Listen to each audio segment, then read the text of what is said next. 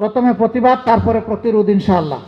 আমি আজকে ঘোষণা দিচ্ছি, এই 15 আসনে যারা চাঁদার জ্বালায় অতিষ্ঠ চাঁদা দিচ্ছেন, তারা দিবেন না, এখন থেকে অস্বীকার করা শুরু করেন। কোনো জায়গায় বাধা দিলে আমাদেরকে ডাক দিবেন, আমরা এসে আপনাদের পাশে দাঁড়িয়ে যাব। সবাই মিলে আমরা একসাথে ফাইট করব ইনশাআল্লাহ। যে শুরু করতে হবে আপনাদের জায়গা থেকে। নীরবে দিয়ে যদি স্বীকার না করেন, ভাই আমরা তো কিছু করতে পারবো না। প্রতিরোধ, প্রথমে প্রতিবাদ, তারপরে প্রতিরোধ ইনশাআল্লাহ। আমরা এইভাবেই চালিয়ে যাব। সম্মানিত বন্ধুগণ, আমি কথা দিয়েছিলাম যে আমরা নির্বাচিত হলে এখানে সবাই মিলে পরামর্শ করে এই আসনের সমস্যাগুলো ইনশাআল্লাহ আমরা দূর করব। ভবিষ্যৎ হোক নিরাপদ, বিনিয়োগ হোক বিশ্বস্ত, আর আমার পছন্দ সল্ট বে। ওয়েলকাম টু সল্ট বে। কথা দিয়েছিলাম যদি বাংলাদেশে সরকার গঠনের সুযোগ আমরা পাই, তাহলে সারা দেশে একই কাজ করব।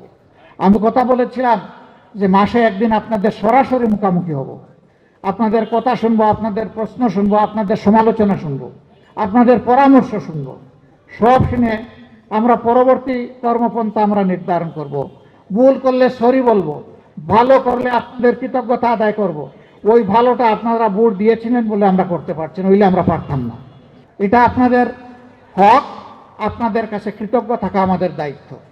ইনশাআল্লাহ নারী পুরুষ নির্বিশেষে এই আসনে আমরা একযুগে আসনটাকে সুন্দর পরিচ্ছন্ন একটা মডেল আসন হিসাবে গড়ে তোলার জন্য আমরা চেষ্টা করব।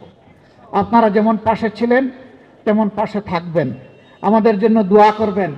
আমরা যেন অনাচার, অন্যায়, দুর্নীতির সাথে নিজেরাই জড়িয়ে না পড়ি, আমাদের একজন সমর্থকে যেন জড়িয়ে না পড়ে।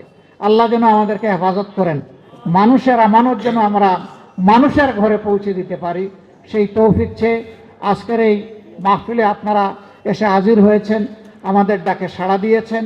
আমি আশা করব এটি শেষ নয়, এটি বিগিনিং, আজকে শুরু। ইনশাল্লাহ আমাদের পথ চলা মিলেমিশে এভাবেই হবে। আল্লাহ আমাদেরকে তৌফিক দান করুন।